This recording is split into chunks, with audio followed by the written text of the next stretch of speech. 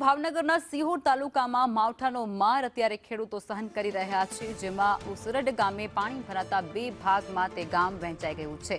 ઉસરડ પાસે ગૌતમી નદી બે કાંઠે વહેતી થઈ છે। ભારે વરસાદને કારણે સ્થિતિ અત્યારે ત્યાં કફોડી બની ચૂકી છે। ગામ જે છે તે બે ભાગોમાં વહેંચાઈ ગયું છે, જેમાં નદીમાં અને ઉપરવાસમાં ભારે પાણીને કારણે સ્થિતિ કફોડી બની છે।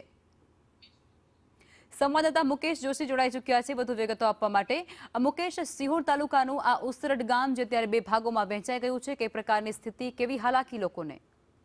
જી, આપને જણાવી દઉં કે ગઈ રાત્રે પડેલા વરસાદ જે સિહોરની અંદર 5 ઇંચ કરતા પણ વધારે વરસાદ પડ્યો, ત્યારે સિહોરનું ગૌતમેશ્વર તળાવ છે જે ઓવરફ્લો થતા જે પાણી છે જે ઉસરડમાંથી પસાર થતું હોય, ત્યારે ઉસરડની ગામની વચમાંથી આ નદી છે જે પસાર થતી હોય તેની અંદર ઘોડાપૂર આવ્યા, ત્યારે ગ્રામજનોને હાલાકીનો સામનો એ કરી રહ્યો છે। ગામ છે જે બે ભાગમાં વહેંચાયેલું હોય, ત્યારે આ ગામમાંથી બીજા ગામમાં જવા માટે હાલના તબક્કે ટ્રેક્ટરનો સહારો લેવો પડે છે।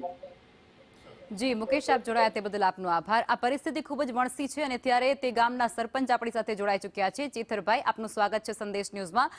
પહેલા તો એ જણાવશો કે આ જે ઘટના બની છે, એટલે કે વરસાદી પાણીનો નિકાલ છે તે અત્યારે નથી થઈ રહ્યો, એટલે આ ઘટના અને આ પરિસ્થિતિ દર વખતે હોય છે કે પછી આ પહેલી વખત છે? ના, આ તો દર વખતે પાણી આવે છે। તો એને નિકાલ માટે કોઈ વ્યવસ્થા કરવામાં આવી છે તંત્ર દ્વારા? ના, તંત્ર દ્વારા તો વ્યવસ્થા કરવામાં અત્યારે કઈ આવી નથી, અને પણ બ્રિજનું કામ ચાલુ છે ને એટલે થોડીક અડચણ પડે છે। વારંવાર આ વસ્તુ બની રહી છે, વારંવાર લોકોને હાલાકી પડી રહી છે, ગામ આખું તણાતું હોય તે પ્રકારની સ્થિતિ, તો તમે રજૂઆત કરી છે ક્યાંય? ના બેન, બ્રિજનું કામ ચાલુ છે ને, એટલે બ્રિજનું કામ અધવચ્ચે અટકી ગયેલું છે, એટલે હાલાકી કરવી પડે છે, નકર તો રસ્તો સાફ છે બધો જવા માટેનો।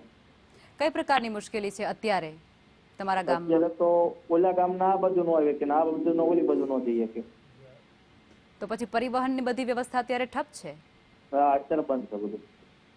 કોઈ બીમાર વ્યક્તિ પડે તો એના માટે કઈ પ્રકારની વ્યવસ્થા? એની કોઈ વ્યવસ્થા નહીં।